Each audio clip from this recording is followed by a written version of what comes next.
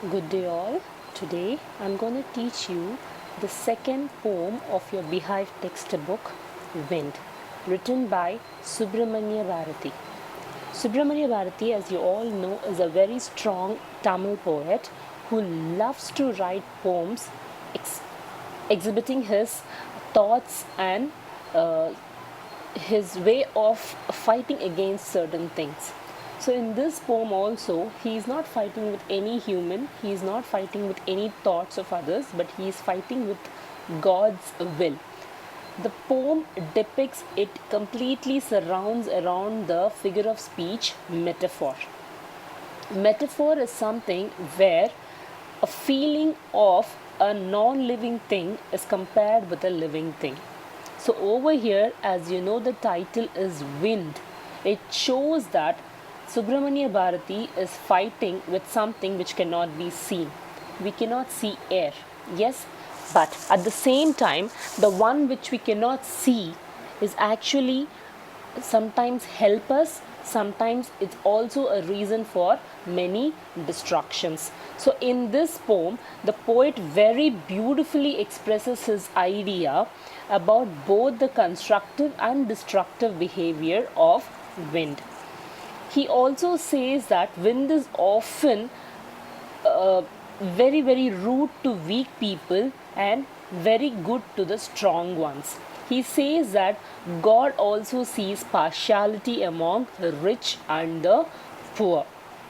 He says that when we have the braveness to fight against the difficulties of life, then only we can overcome certain challenges.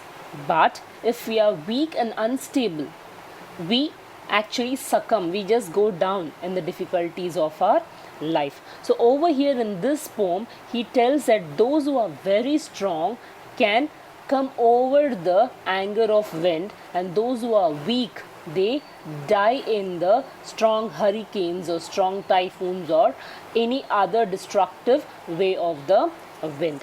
So we'll go through each and every line of the poem and understand the thoughts of the poet. The first stanza goes like this: Wind comes softly, don't break the shutters of the windows, don't scatter the papers, don't throw down the books on the shelf, don't break down the books on the shelf. There, look what you did. You threw them all down. You tore the pages of the books. You brought rain again. You are very clever at poking fun at weaklings. So, over here, he says the destructive behavior of the wind. So, what are the things here it does? It breaks the shutter of the windows. Windows of whom? The poor people who do not have a perfect house. It scatters all the papers kept on the shelf because they do not have any weights to be kept on it.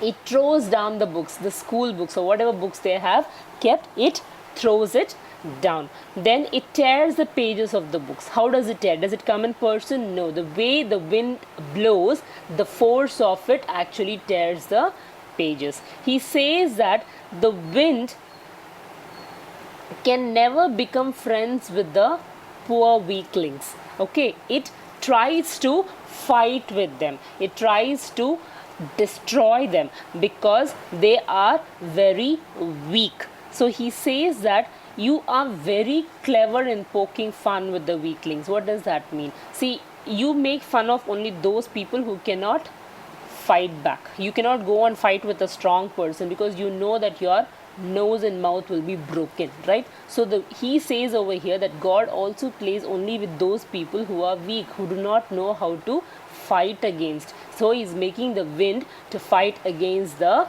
poor people who do not know to fight them back. The next stanza: He won't do what you tell him, so come, let's build strong homes. Let's join the doors firmly, practice to firm the body, make the heart steadfast.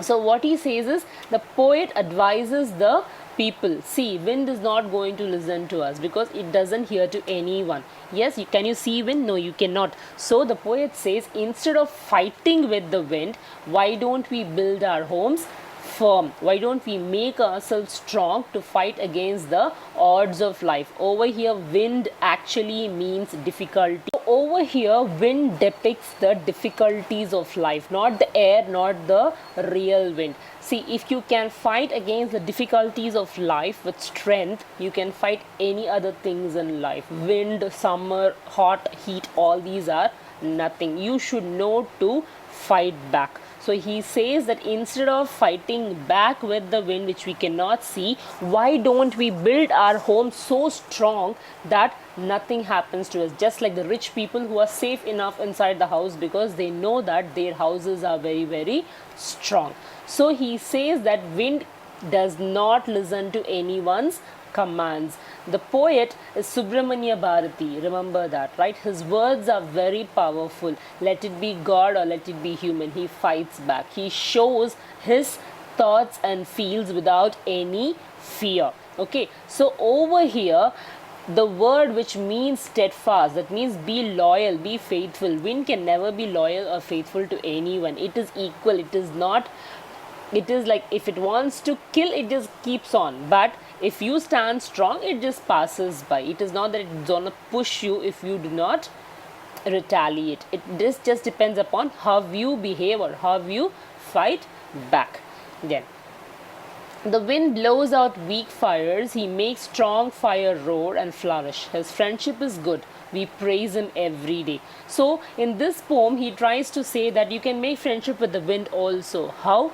By making yourself strong, by standing strong, even the wind also will not do anything to you. In your life also, when you stand strong against difficulties, the difficulties will also become your friend. It will be like, whatever you do, nothing happens to this person. So why don't we go and attack someone else? So anything in life can be won with your strength and fearlessness. So Subramanya Bharati is such a poet who makes you strong enough to fight against the odds of life. So over here I just want to read some lines which I have just written it down for the poem, the main points of the poem. For example, I believe that this particular wind is the example of metaphor of God's will.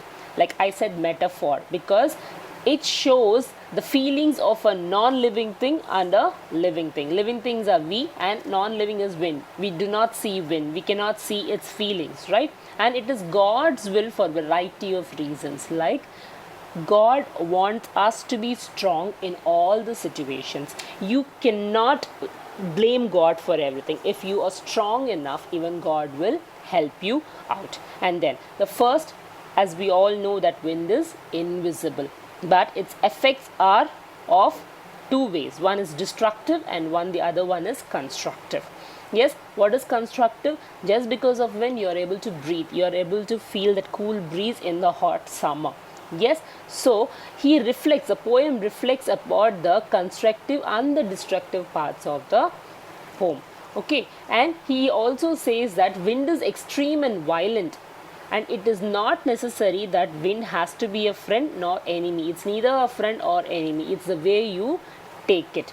And also he says that it does not have any kind of feelings. It doesn't feel sympathy towards the poor person, or it doesn't feel apathy towards the rich person. It is the same. It emphasizes the passionate, intense nature of the poet. It shows how the poet feels. Okay, so we should understand that a world can be both constructive and destructive with your fearlessness. If you are afraid of everything, everything seems to be hard. If you are fearless, everything seems to be good. So just go and read the poem once. You will understand it more better. Stay home, stay safe. Thank you.